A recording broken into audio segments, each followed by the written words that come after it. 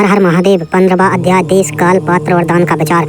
ऋषियों ने कहा, सब शास्त्रों के वेता सूत जी हमको क्रम से देश काल पात्र आदि का वर्णन सुनाइए। सूत जी ने कहा, देव यज्ञ आदि कर्मों में पवित्र घर सामान फल का देने वाला है, उससे 10 गुना फल। गौशाला का है, उससे 10 गुना फल। सरोवर के किनारे का है, उससे 10 गुना फल। बेलपत्र, तुलसी और पीपल के मूल का है, उससे 10 गुना फल। देव मंदिर में है, उससे 10 गुना फल। नदी के तट का है और उससे 10 गुना फल।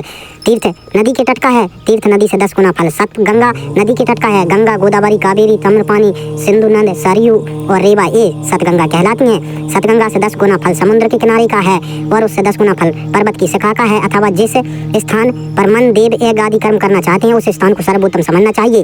काल का फल सुनिए। सतयुग में यज्ञ करना और दान करना पूर्ण फल का देने वाला होता है। त्रेता युग में त्रिपाद फल मिलता है। द्वापर में आधा और कलयुग में 1 भाग फल मिलता है। आधा कलयुग के निकल जाने पर इससे भी कम फल प्राप्त होता है। शुद्ध आत्मा वाले पुरुष को पुनीत दिन में किए हुए देवादि कार्यों का फल सामान मिलता है। मुनियों, सूर्य संक्रांति के दिन किया हुआ सत्कर्म शुद्ध दिन की अपेक्षा 10 गुना फल देता है। सूर्य के विपरीत रेखा के पहुंचने के समय किया हुआ शुभ कार्य संक्रांति की अपेक्षा 10 गुना फल देता है। दक्षिणायनी कर्क संक्रांति के आरंभ में कृत सकर्म विपरीत रेखा की अपेक्षा 10 गुना फल देता है, उसकी अपेक्षा मकर संक्रांति में 10 गुना, उससे भी 10 गुना चंद्र ग्रहण में किए हुए सत्कर्म का फल मिलता है। सूर्य ग्रहण जैसे उत्तम काल में किया हुआ सत्कर्म का फल चंद्र ग्रहण से भी अधिक और पूर्ण मिलता है। इस बात को विश्व मनुष्य जानते हैं। जगत के साक्षी सूर्य का राहु रूपी विष से सहयोग होता है। सूर्य और राहु का सहयोग रोगों का दोष देने वाला होता है, इसलिए उस विश्व की शांति के लिए सूर्य ग्रहण के समय मनुष्य को स्नान, दान और जप करना चाहिए। यह समय पुण्य का देने वाला है, क्योंकि इसमें विश्व का निवारण किया जाता है। अब पात्रों का विवरण सुनिए। तपस्वी, योगी और ज्ञानी यति पूजा के पात्र हैं, क्योंकि ये पापों के नाश के कारण है। अथवा 24 लाख गायत्री मंत्र का जप किया हुआ ब्राह्मण पूजा का पात्र है।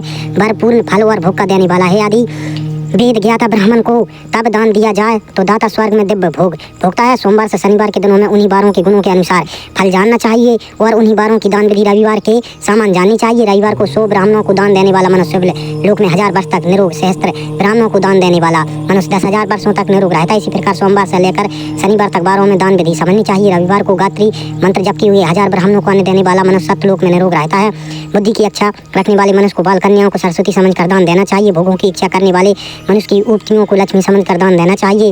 ब्राह्मण के दान में से दिया हुआ द्रव्य मध्य कहलाता है। कृषि और व्यापार से एकत्र धन अदम कहलाता है। क्षत्रियों का शूरता से अर्जित द्रव्य और वैश्यों का व्यापार से अर्जित द्रव्य उत्तम द्रव्य कहलाता है, तथा शूद्रों को सेवा के द्वारा अर्जित द्रव्य उत्तम कहलाता है। तीर्थाटन और व्रत उपवास करना शारीरिक पूजन कहलाता है। जिस किसी उपाय से अल्प अधिक शुभ कर्म देवापरपन बुद्धि से किया जाता है वो भोगों का दाता है।